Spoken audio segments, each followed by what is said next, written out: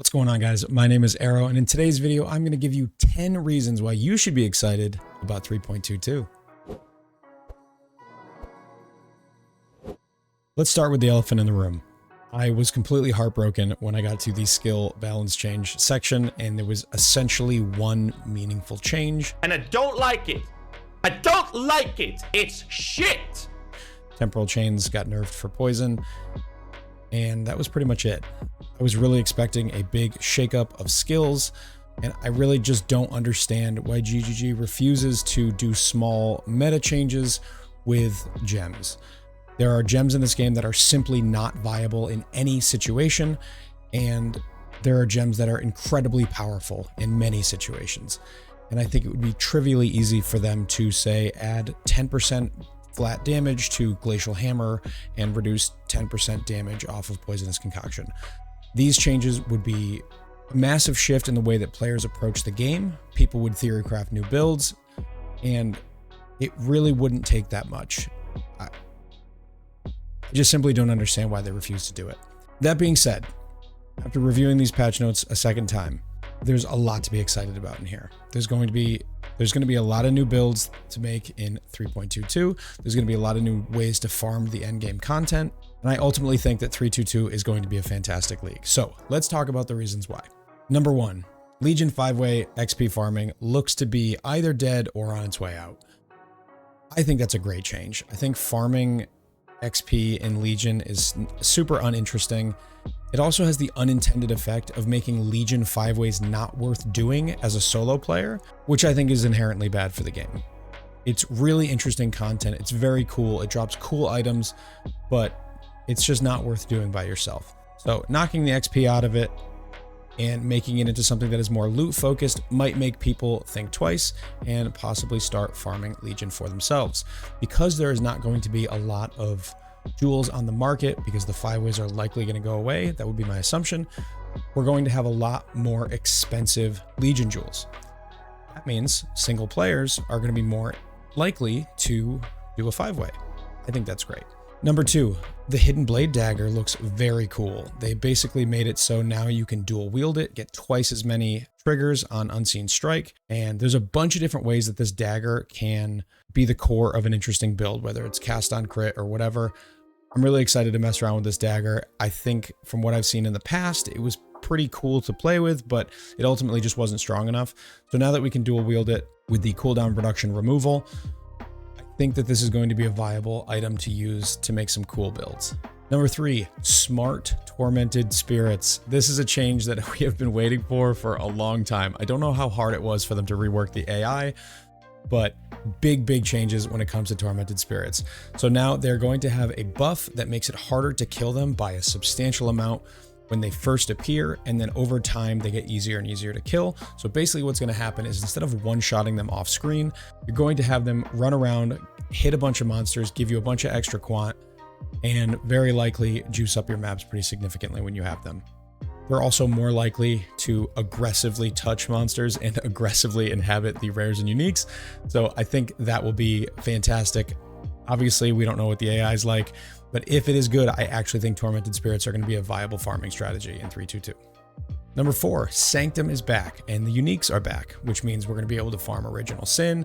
There's a lot of builds that are enabled by that. And then there are some other very cool uniques.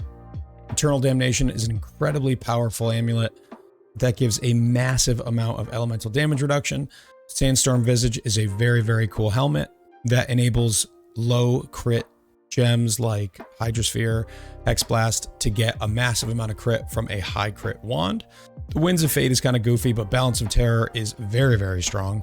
So lots of strong uniques coming back into a slightly new meta is going to introduce some new builds, which I'm excited to play around with. Further, Sanctum is so much fun.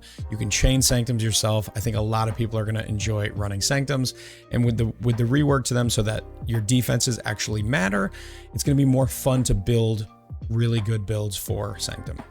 Number five, Chieftain Ignite Slam. I know there's been a lot of hate about Chieftain, but with how easy it is to get 90 max res for all of your resistances, and then possibly having really big damage from Ignite Slam, I actually think that Chieftain could be a pretty viable league starter. Now, ultimately, I don't think I'm going to league start it because I'm pretty set on playing Hydrosphere again, but There is part of me that's been theory crafting a big Ignite Slam Chieftain, so we'll see about that. But that's really exciting. They added new support on the tree for fire damage over time attack skills, so they're clearly trying to push this Chieftain Ignite Slam archetype, and I'm excited for it. Slams have been bad for a pretty long time, so maybe this brings them back.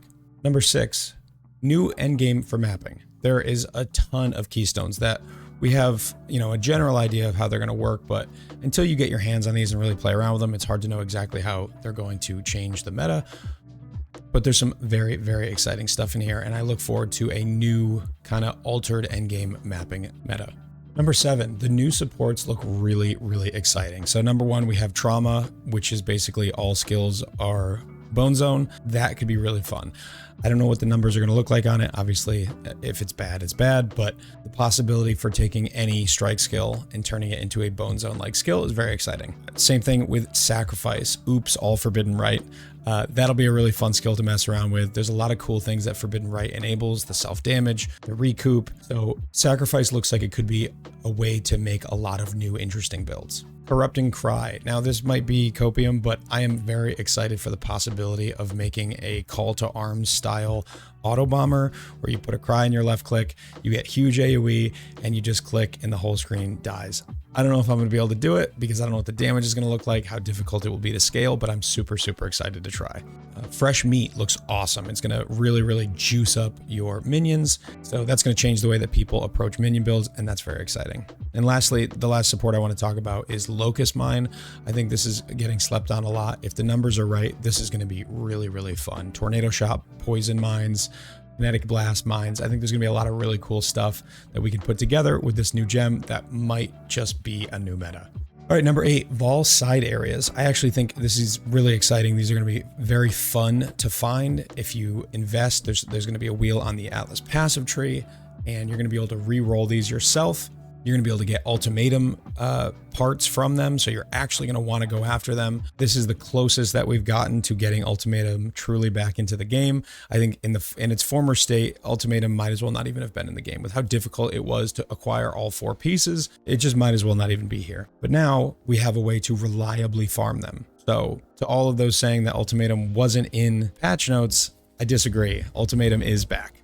Number 9, Beyond. Beyond is very exciting. There's been a bunch of changes. They put new wheels on the tree that actually make them worth taking. I love Beyond, and Beyond was even worth using without investing into it on the tree because the tree wheels were so bad. But now they added a wheel that allows you to target farm div cards, currencies, or uniques by taking certain nodes, and that is very exciting. They also made it so for those super high-end juicers, you can take Beyond and never have to fight the boss, which means you'll have infinite Beyond in your map, so that when you're doing 100% deli, wing scarab, like 6-man party juicing, you're always going to be taking that node.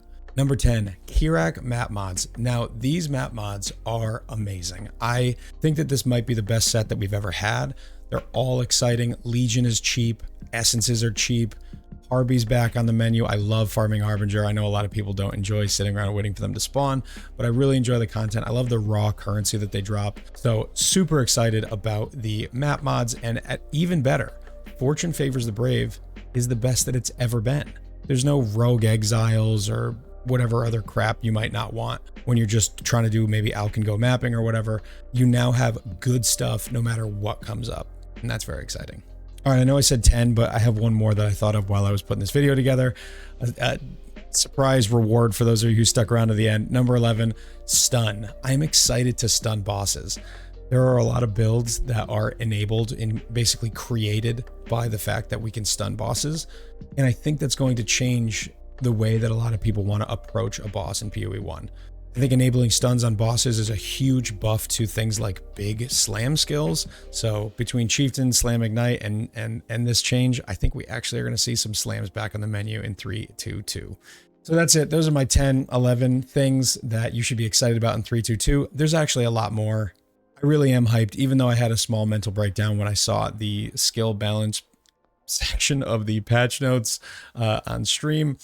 I really am excited. I think 3.2.2 is going to be awesome. I'm really looking forward to the tattoos, to the support gems. There's so many things that are going to be able to change the meta. So not getting skill balance sucks. And I really do think that they need to change that going forward. but I am very excited and looking forward to making lots of builds in 322. And I hope you'll join me. Come check me out on Twitch, twitch.tv/AER0__. If you want to support me, give this video a like, drop a comment below, and subscribe to the channel. I've got a Discord, Patreon, all down in the description. You can check that out. Thank you so much for watching. And as always, take care.